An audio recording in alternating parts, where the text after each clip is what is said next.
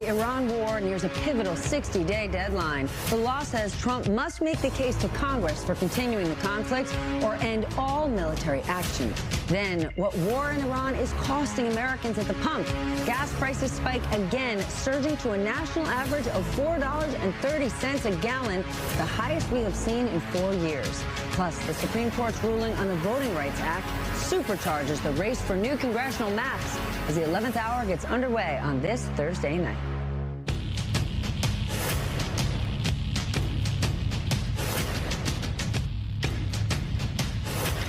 Good evening once again. I am Stephanie Ruhle, and Trump's war in Iran has now lasted more than 2 months, and we are just 1 hour away from the deadline for the president to either end the conflict or officially request authorization from Congress under the War Powers Act.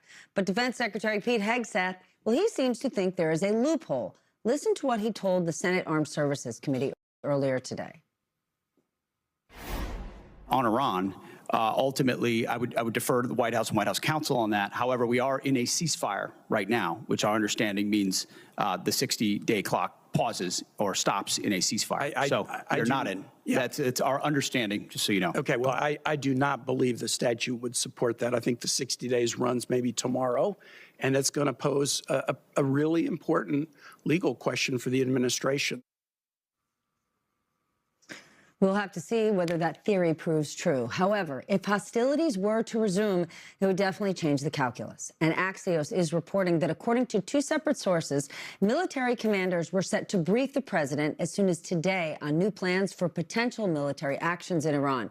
Those could include a wave of what they call short and powerful strikes to break the deadlock in peace talks, as well as an operation to completely take over the Strait of Hormuz.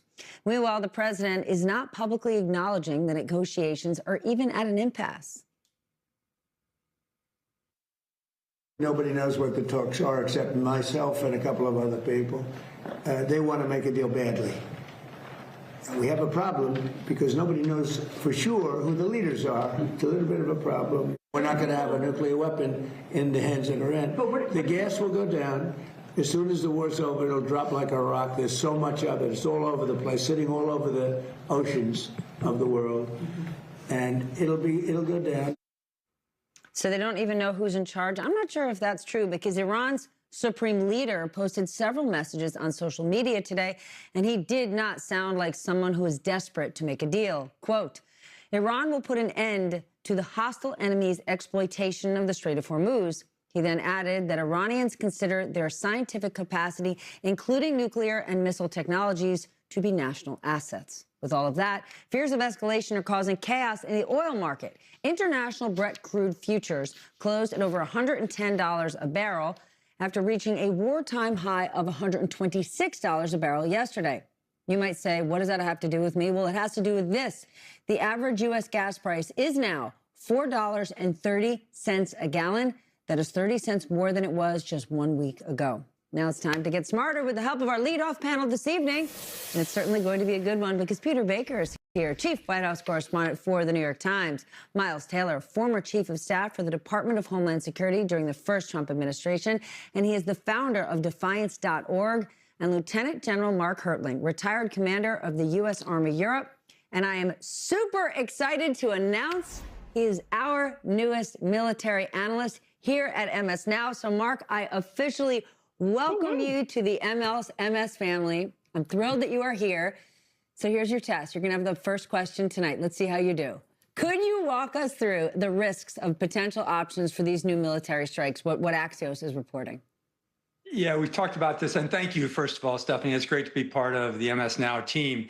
But what I'll talk about a little bit is the dangers involved in any kind of escalations at this point. The military commanders, the CENTCOM commander, is giving briefings allegedly to the White House, to the chairman, the SecDef, and the president on what the options might be. What I would suggest is they better be pretty good and they better be well thought out. Because if we're talking about putting forces anywhere along the Strait of Hormuz or capturing any or seizing any of the islands in the area, it's going to be rough going. Very tough situation along the coast. There is still unknowns like the mines in the water, the potential for additional drones and missile launches by Iran against targets in the area. And I would suggest that it could be a very difficult offensive operation if they're planning to do something like that. You opened up in the beginning of the program talking about the pause, the potential pause that would restart the clock. I'm not a lawyer either, but I don't think that lives up to the spirit of either the 60 or the 90-day rule regarding combat operations in a theater and how much time the president has to notify the Congress and the American people exactly what he's doing. The fact that we're debating what forces may do going into the area, what forces they are, and what their actions are going to be, gives an indication that, again, America's sons and daughters are going into harm's way, and we really don't know what the objective is and what they're trying to accomplish for the parents and the loved ones of those sons and daughters. Miles, what is your understanding of the War Powers Act? Because we heard right there from Secretary Pete Hegseth, he's thinking, or he claims that the ceasefire paused that clock. Well, this is the type of thing that's big constitutional law. In other words, there's not a bureaucratic lawyer you can go to in the government that says, hey, can you just look at the text of the contract here and tell me if I'm in violation or not? You're going to have, over the course of the next 48 hours, legal scholars on the right come out and defend the administration's interpretation. But I also suspect you are going to see a lot of legal scholars, regardless of their ideological stripes, say, look, this is pretty clear when you're looking at the War Powers Act and how it relates back to the U.S. Constitution.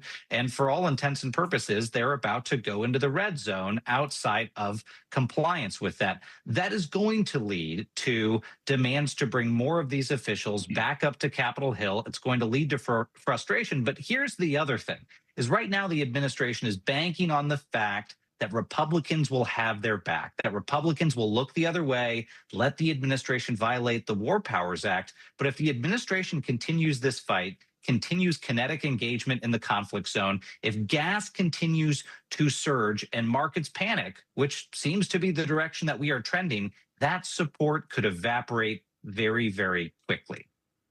Peter, what do you think happens tomorrow? Because, of course, Democrats are going to call this theory wrong. But last week when I interviewed Rand Paul and I asked him about the war, he said, wait, come 60 days, everything's going to be so different. And we know that Republican Senator John Curtis of Utah, he wrote an op-ed saying that he would not support the operation past 60 days without congressional sign-off. Where do you think we're headed tomorrow? You know what? I think nothing happens tomorrow. I mean, the truth is that there is no teeth to this law. The War Powers Act has always been a complicated and controversial law since it was passed under the Nixon administration. Remember, the Congress passed it. Nixon vetoed it because he thought it was an abrogation on presidential power. Congress passed it over his veto. And every president since then, Republican and Democrat, has at some point or another not fully recognized the authority of this law. Sometimes they've gone along with the attributes of looking like they were complying with it. But there's always been a constitutional argument about this law. And I would imagine that tomorrow comes and goes and nothing will happen because there's nothing in the law that says what happens if the administration doesn't comply with it. Somebody would have to go to court. They'd have to prove standing. They'd have to get a court to decide if they wanted to get them involved in what is really a political contest between the executive and the legislative branch. They're reluctant to do that kind of thing. And so I don't think that necessarily some clock goes off tomorrow and ding, ding, ding, the military has to come home. Now, the real power Congress has, if they want to do something about this, is through the power of the purse. I doubt very seriously they're willing to cut off funding for the war, especially, as Miles said, the Republicans are going to have President Trump's back. They still control Congress barely through very narrow majorities. And I don't think that you're going to see a will at this point to go as far as cutting off aid, cutting off funding, which is the only actual technique that the Congress has to enforce its will at this point. And Peter, does the White House think that new strikes would actually bring Iran back to the negotiating table? Because despite what the president says, it doesn't sound that way on their side. Well, listen to what the president just said. He says they're desperate for a deal, but we don't know who they are. We don't know who we're talking about. We don't know who the leaders are, but whoever they are, they're desperate. So how do you know they're desperate if you don't know who they are? It's a very curious situation here, obviously. Look, the Iranians obviously would like to end the war, but they're not going to do it on terms that President Trump wants them to do it on. The question is whether or not there are terms that would involve concessions by both sides that both sides could live with. It's really hard to see how that happens at this point. Both sides have political imperatives at home that make any kind of concessions unlikely. It's not like the president's going to accept something that would be along the lines of what President Obama did under the JCPOA. That was the nuclear deal he sealed in 2015, because, of course, President Trump said there was a terrible deal and then abrogated it. Well, any deal with the Iranians might look a little like that. Even if you got a better terms, you know, it's not likely to be that the Iranians simply say, okay, you're right, we're done with nuclear power altogether, we're never going to go after it again. And even if they did say that, who would trust them? What would be the mechanism that you would verify that in? Trump administration hasn't even addressed that kind of an issue. So the idea that there's a deal in the making seems very hard to imagine. At the same time, it's hard to imagine the president really wants to get back into the full strikes scenario, because right now this war has not gone well politically. Most of the American public is against it. Republicans are very nervous about it going into the midterms. They would like to find a way out of this if they can. The question is there a way out of it? General, the New York Times editorial board wrote the following, quote, "The U.S. military was losing its edge. After Iran, now everyone knows it." Do you agree? Has this conflict exposed our weakness? I don't, Stephanie. I read that article. And truthfully, I agreed with some of it. There are some very good points in it. But the fact of the matter is the folks that write on the editorial board are reporting on what they see.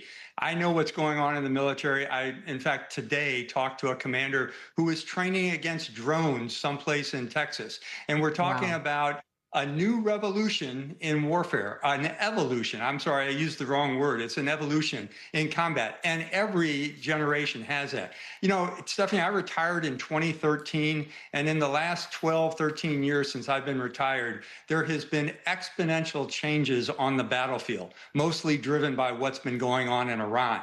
For a while, we were paying very much attention to that. For the last several months, we've kind of been pulled away from that. We could have learned a whole lot. It's sort of like watching the Germans conduct a blitzkrieg operation before World War II. You would learn a lot from someone that's doing something evolutionary. We haven't seen that as much, but I got to tell you, in every war, there's changes like this. You have to adapt. The U.S. military is going after it. They could be a whole lot further along, as far as I'm concerned, if we had some more connections with the Ukrainians and some of the other agencies that are working these kind of concepts on the battlefield. But I believe we're doing just fine. And I think the New York Times editorial board overstated a problem. You always have those kind of folks talking about the next war and how we're not prepared for it. The military learns quickly and adapts. And that's why we're lucky to have you and your expertise. Miles, I want to get your take on something else Secretary Hegseth said today in his Senate hearing. Watch this. I believe we do have the support of the American people, and we have briefed regularly what this mission looks like and why it's critically important that we undertake it. And I would remind you and this group that we're 2 months in to an effort. And many congressional Democrats, as I pointed out, want to declare defeat 2 months in. Iraq took how many years? Afghanistan took how many years? And they were nebulous missions that people went along with. This is different. This is a defined mission set that we have had great success in pursuing against a determined enemy who seeks nuclear weapons. This is different. How is that going to sit with the scores of American people who say, I don't know why I'm in this war, and by the way, this war is forcing me to decide between filling my car with gas and filling my refrigerator? Stephanie, almost everything that Secretary Hegseth said in that sentence, those several sentences, was wrong. The American people are not behind this war. In fact, the war is already, according to polling today, more unpopular than Vietnam was, okay? A war that dragged on for years and slid in popularity. This has been going on for 60 days, and it's now more unpopular than Vietnam. Americans are not behind it. The objectives are not defined clearly. And the biggest admission of that, Stephanie, is reporting today from Axios that shows the administration is considering an array of different options, one of which reportedly is resuming conventional bombing to potentially strike infrastructure targets. Another reported option is to go try to send special forces to seize the fissile material that could be used to build nuclear weapons. And another approach is to seize more of the Strait of Hormuz and operate it.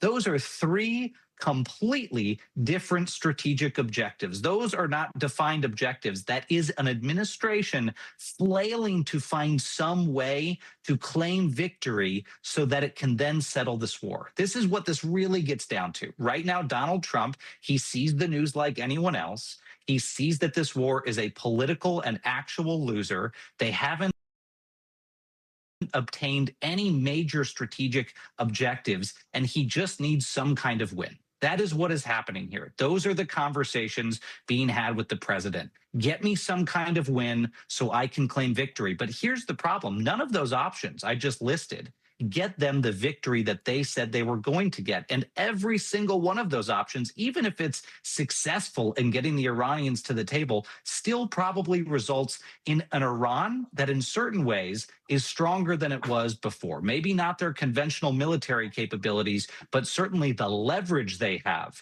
over the international system is greater than it was when we went into this conflict. And that's going to be a hard calculus to upend in a matter of days or weeks.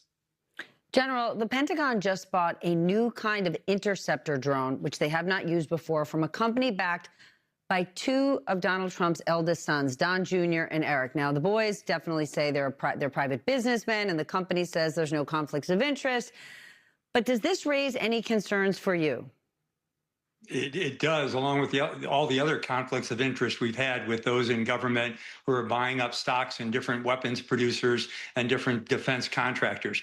It's just, it's a lot like what happened in Turkey with their Bayraktar drones and the son of Erdogan buying into that company. We know the Turkish government is corrupt, and that's what happened there. And to look past this, to know what's going on in terms of an evolution, and have a real estate family starting to buy in defense contractor devices like drones, which are the most important thing that we have to update ourselves in, they know that's going to be a big contract. So yeah, it causes me a great deal of pain because we know where some of the drones are going to be bought from. It's that company in and of itself. One more question to all of you. Miles, the DHS, the shutdown, is set to end after the House bill passes most of the agency, including the TSA. Why didn't they just do this sooner? Well, look, I mean, if I was going to give them the benefit of the doubt, which would be very, very generous, the mechanism that they're using to reach this deal, it's called budget reconciliation. It's kind of an underhanded mechanism, Stephanie. It's preserved for when the House passes a budget, the Senate passes a budget. They've got to put the two together, reach a compromise, and send it back for a majority vote.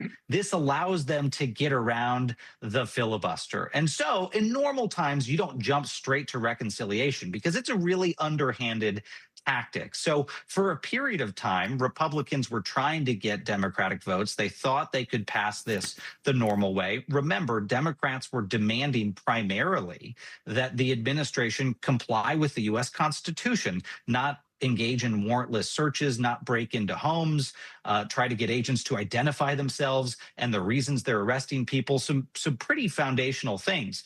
But those compromises fell apart because again and again, the president said no, he did not want to cut a deal with Democrats. At points, Stephanie, Republican leaders grew actually very frustrated in the Senate because they thought they had a deal. And so now, facing the prospect that the White House is not going to make any of the concessions Democrats want, Republicans have said, fine, let's move to budget reconciliation. Let's cut Democrats out of the process and we'll pass it this way. Unfortunately, what that means is there's really no end in sight to some of the measures that we have seen Trump's immigration authorities undertake, unless the administration unilaterally decides it's going to step back from some of those aggressive measures. And there's certainly been a pause in recent weeks in some of the more outlandish actions from those authorities.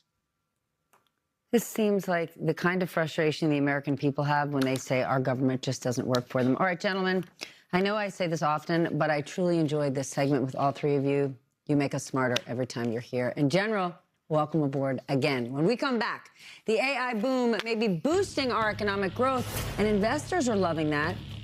But how long can it offset the actual economic pain our economy is enduring from the Iran war? And later, Elon Musk, the savior? I'm going to put a big question mark, not an exclamation point at the end of that. How the world's richest man is trying to sell himself to a jury as a pioneer of AI safety. When I look at that guy, I think he is a beacon of safety. The 11th hour just getting underway on a Thursday night.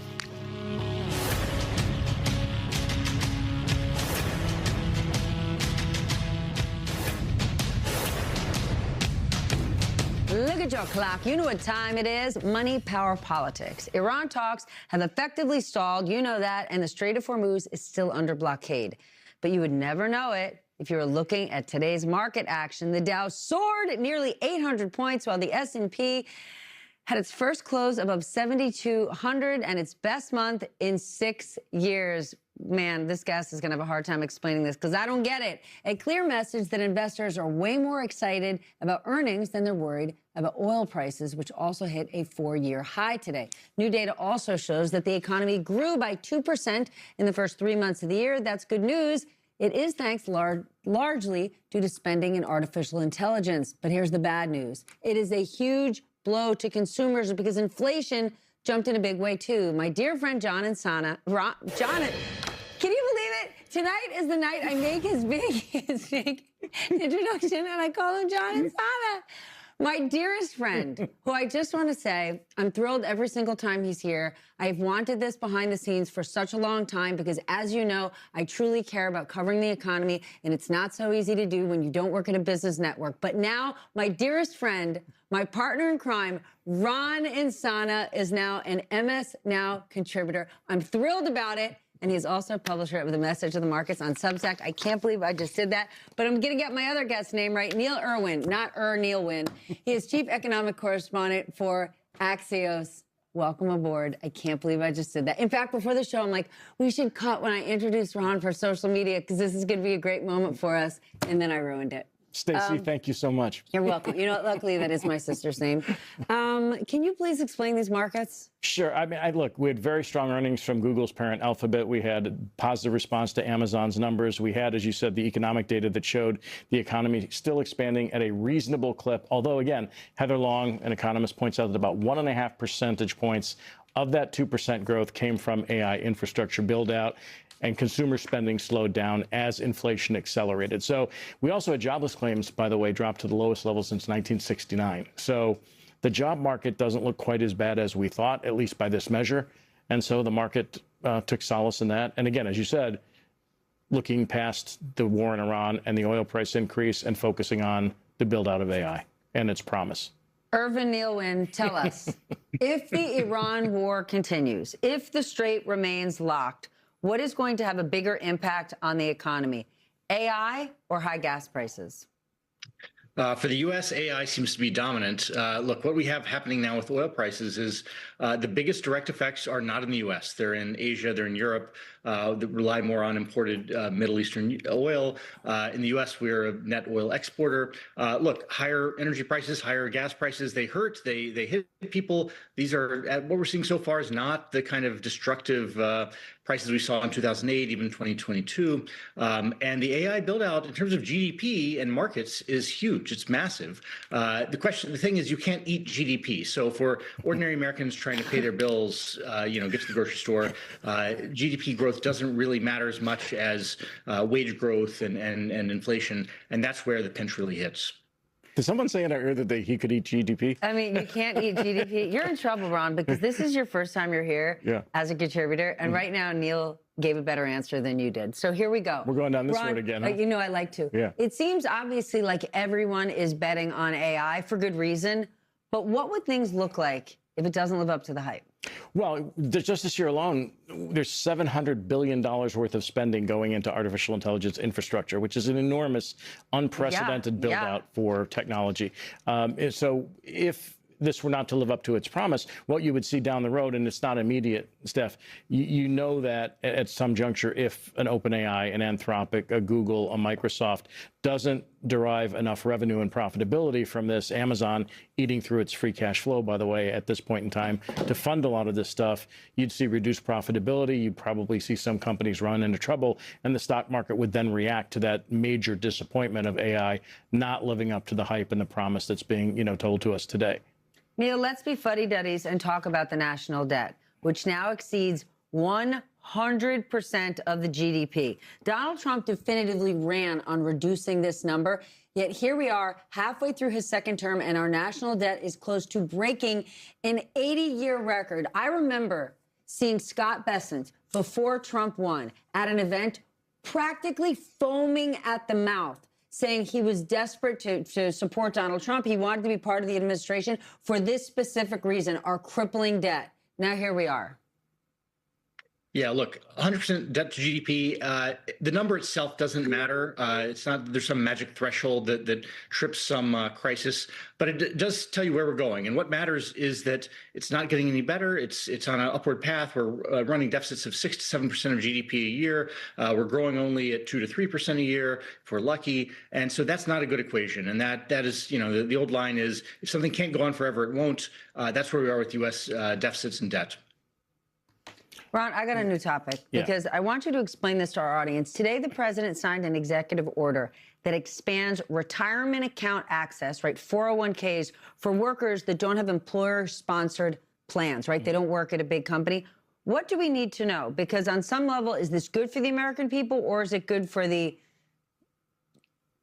money managers of the world that provide those accounts? Yeah, both. I mean, look, I think there are somewhere in the neighborhood of 56 to 60 million people who do not have access to that. Now, the thresholds for putting $2,000 a year away are pretty low. I mean, the income caps are around $30,000, $35,000 for a married couple, $20,000 for a single individual. So it's hard to save $2,000 a year and have the government match. I was going to say, people with that income bracket aren't contributing to a 401k. Away. It's good that the availability is there and they should put away as much as they possibly can. This is also, by the way, an extension of a Biden-era program that was started in 2022 that it's being linked to. So this is not brand new. This is an extension of a program that's already on the books that was supposed to start in 2027 anyway. So it does expand the field a little bit. But again, for those people in that income bracket, it's not the easiest thing to do, particularly given persistent inflation, high gasoline prices, food costs, child care, and health care. Yeah. All right, Neil, before we go, I have to ask you about Live Golf. Saudi Arabia is officially pulling funding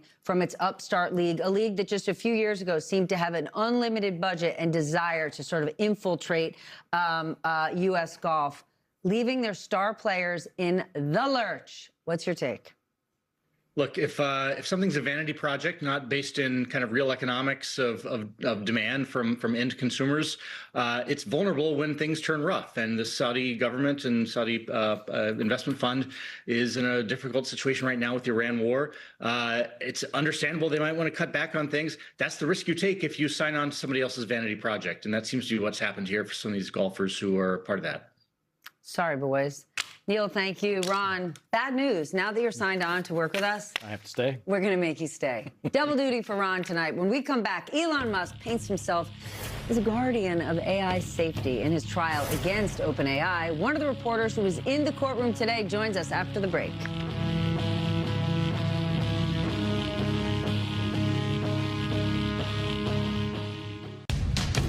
The AI revolution is holding on for a hero, and apparently that hero is Elon Musk, at least according to his attorneys in the OpenAI trial. The SpaceX founder has been portraying himself as a pioneer of AI safety. It is an issue Musk has discussed in the past, even warning of potential human extinction if the technology falls into the wrong hands. But when the trial judge told Musk's attorneys not to discuss catastrophe and extinction, it resulted in a fiery exchange before the judge finally said, quote, "I suspect that there are a number of people who do not want to put the future of humanity in Mr. Musk's hands, but we're not going to get into that." Joining me now, Paresh Duvey, senior writer for Wired, and Ron Insana, still here. Okay, Paresh, you were in the courtroom. That's a treat. That is a courtroom I would love to be sitting in. That was a fiery exchange. Walk us through it, your biggest takeaways. What was it like in there? I mean, a courtroom equalizes everybody.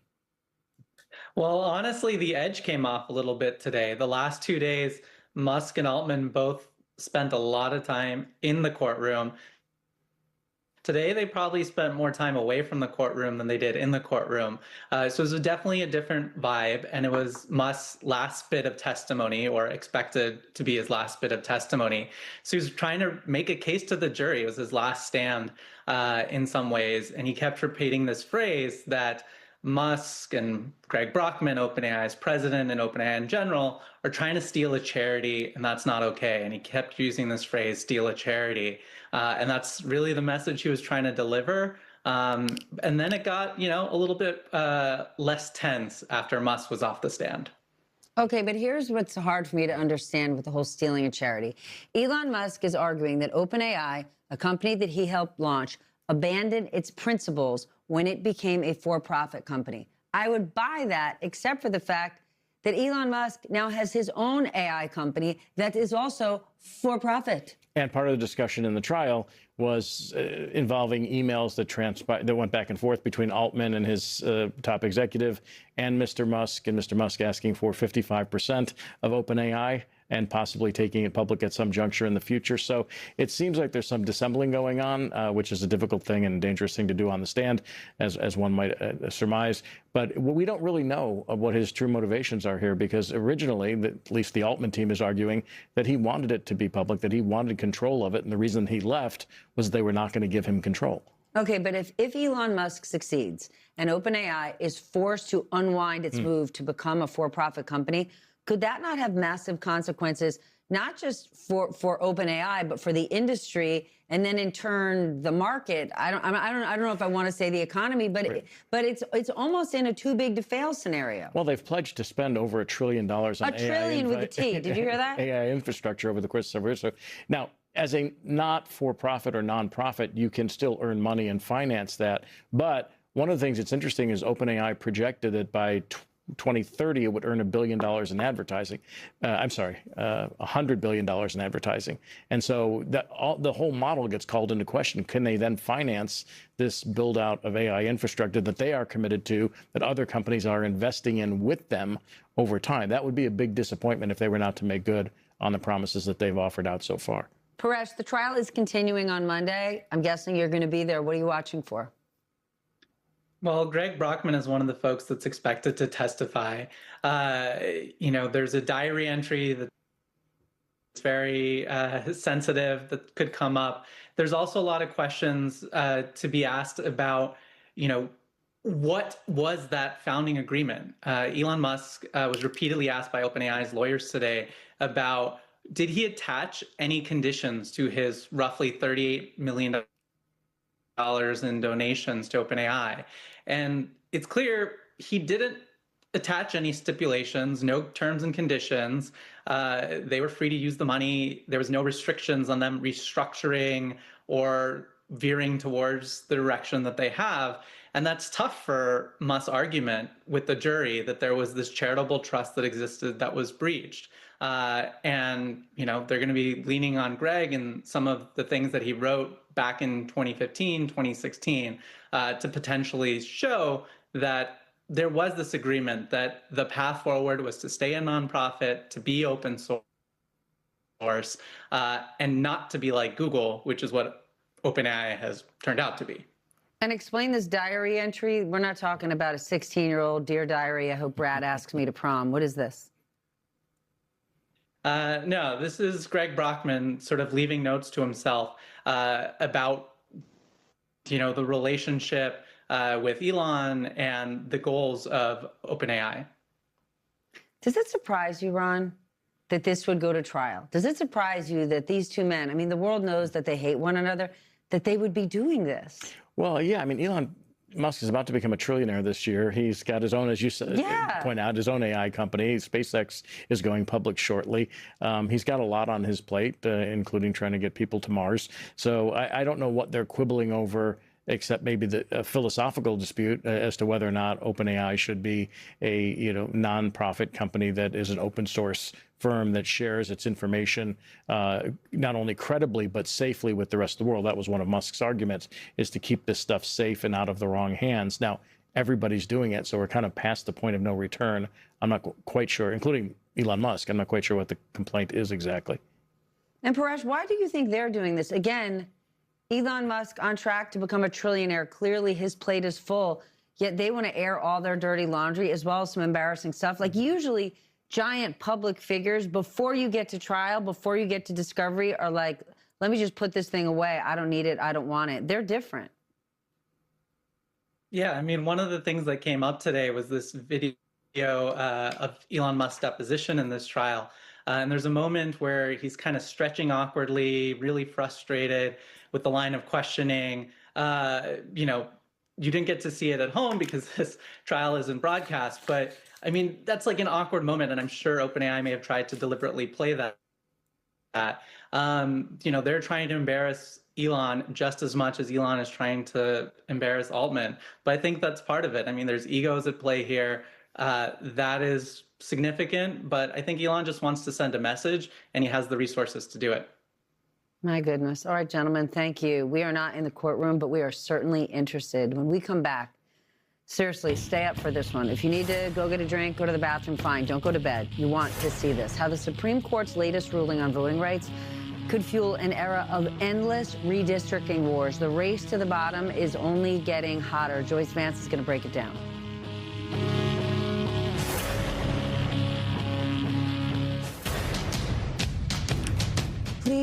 Please care about this. Tonight, we need to talk about gerrymandering, which is just a fancy word for when politicians pick their voters instead of voters picking their representatives. Almost immediately after the Supreme Court gutted part of the Voting Rights Act yesterday, Republican-led states started talking about redrawing their own voting maps. Early voting for Louisiana House primaries was set to begin this weekend, but now state leaders are going to push that back so they can draw more Republican-friendly maps. And now there's already talk of new maps in the state of Georgia, too. Speaker Mike Johnson is all in for this. In fact, he thinks states should get it done before the midterms. Surprise, surprise. Meanwhile, House Minority Leader Hakeem Jeffries is already looking at more potential Democratic gerrymandering targets in response. All of this makes me say, yuck. Former U.S. Attorney Joyce Vance, who spent 25 years as a federal prosecutor, joins us. Joyce, this is so distressing. With this decision, has the Supreme Court sent us into this awful cycle of constant gerrymandering wars, which I'm going to just say is like the worst of us?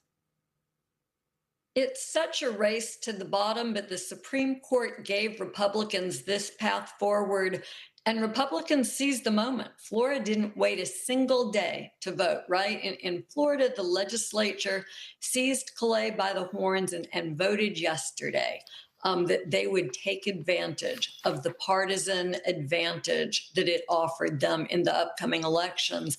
And the reality stuff is we're now going to have states where Black voters are 30, 40% of the electorate. And there are, of course, white Democrats like me in deep Southern states who would add to their, to the sort of majorities that they might hope to pull in some districts. But now they'll be limited in many states to one. Some states are even saying no Black opportunity districts because they will spread out and thin the Black vote across the state to make it theoretically impossible for them to elect any candidates of their choice. Joyce, this is only going to increase polarization in the country. Do you think that's going to inspire voters to get out and vote more? Or are they going to stay home because they feel like these races are decided for them with these new maps? Well, I think you've asked exactly the right question. Something that voters need to keep in mind is that no one would try this hard to take their vote away from them unless the person doing the taking understood how powerful it was. And turnout is always the key to every election. That's one of the truisms of these operations. The reality is in this election, the razor-thin sort of voting majorities that these new maps will leave in some districts could be overtaken if there's enough turnout. So if Trump angers voters, if voters are heavily motivated to go to the polls, if they vote in unprecedented numbers, it's possible to overcome these gerrymanders. Interestingly enough, there was a similar situation in Hungary where the former leader Orban had managed to gerrymander in some parts of that country. Massive turnout takes away the advantage that gerrymandering creates. After the Supreme Court decision, how hard is it going to be for anybody to challenge voting maps in court? Right. So it becomes virtually impossible because Justice Alito, in his majority opinion, the court splits along partisan lines. It's a 6-3 decision. And he says that the court will not permit the use of racial considerations to draw electoral maps. That, of course, is nonsense, right? Because we're talking about remediating historical discrimination against Black voters. But now the court has said that can't be considered in any way. It used to be that you could use discriminatory impact in these Section 2 of the Voting Rights Act cases to invalidate maps. But now the only thing that lawyers will be able to do is to prove intent, racially discriminatory intent, which is very difficult to prove. It sometimes happens. It's not ordinary. And even where the lawyers can show that, there will be other hurdles they would still have to clear, making it functionally impossible to win these cases. New topic just before we go. I don't have a ton of time left, but I just want to hit this. My colleague Carol Leonnig is reporting that the Seychelles case, for the 86-47 case against James Comey, has been around for a while. It has been on the back burner at the DOJ, but once Pam Bondi was fired and Todd Blanche was in charge, he decided he needed to win Trump's approval to get the permanent gig. This case is helping him gain steam. What's your reaction? Yeah, Carol's reporting is always dead on the money. It's apparent to everyone who's watching DOJ that Todd Blanche is auditioning for the nomination to be the permanent attorney general. And we know that Jim Comey has been living rent-free in Donald Trump's head for all of these years. No better way for Todd Blanche to try to score the nomination than to indict Jim Comey in this particular moment. Well, we'll be watching. Again, Jim Comey's wife must be like, seriously, dude, you might be right, but read a book on the beach instead. Nobody needs this. Thank you so much, Joyce. We'll be right back. Thanks, Steph.